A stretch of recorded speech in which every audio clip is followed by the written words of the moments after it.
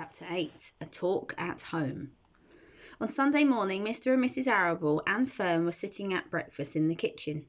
Avery had finished and was upstairs looking for his slingshot.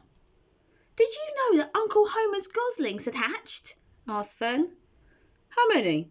asked Mr. Arable. "7," replied Fern.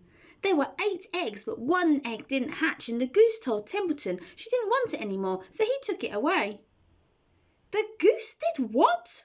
asked Mrs. Arable, gazing at her daughter with a queer, worried look. "She told Templeton she didn't want the egg any more," repeated Fern.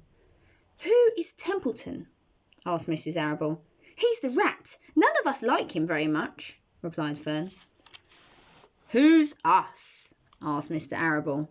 "Oh, everyone in the barn cellar. Wilbur and the sheep and the lambs and the goose and the gander and the goslings and Charlotte and me." "Charlotte?" said Mrs. Arable. "Who's Charlotte?" "She's Wilbur's best friend. She's terribly clever." "What does she look like?" asked Mrs. Arable. "Well, said Fern thoughtfully, "she has 8 legs. All spiders do, I guess."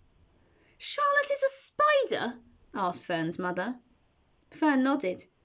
"A big grey one. She has a web across the top of Wilbur's doorway. She catches flies and sucks their blood. Wilbur adores her." "Does he really?" said Mrs. Arable rather vaguely. She was staring at Fern with a worried expression on her face.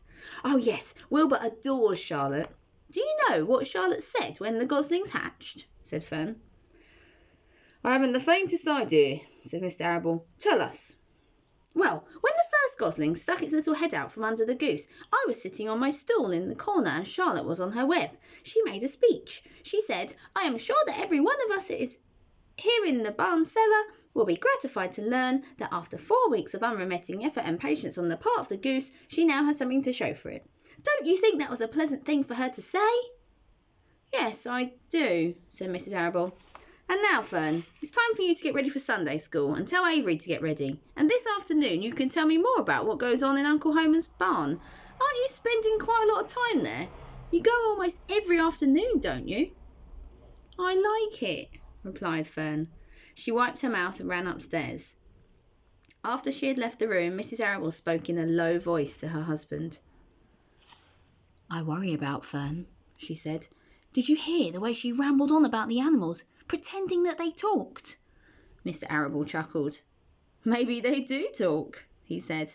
"I've sometimes wondered. At any rate, don't worry about Fern. She's just got a lively imagination. Kids think they hear all sorts of things." "Just the same, I do worry about her," replied Mrs. Arable. "I think I shall ask Dr. Dorian about her the next time I see him. He loves Fern almost as much as we do, and I want him to know how weird she's being and how odd she's acting about the pig and everything. I don't think it's normal. You know perfectly well animals don't talk." Mr. Arable grinned.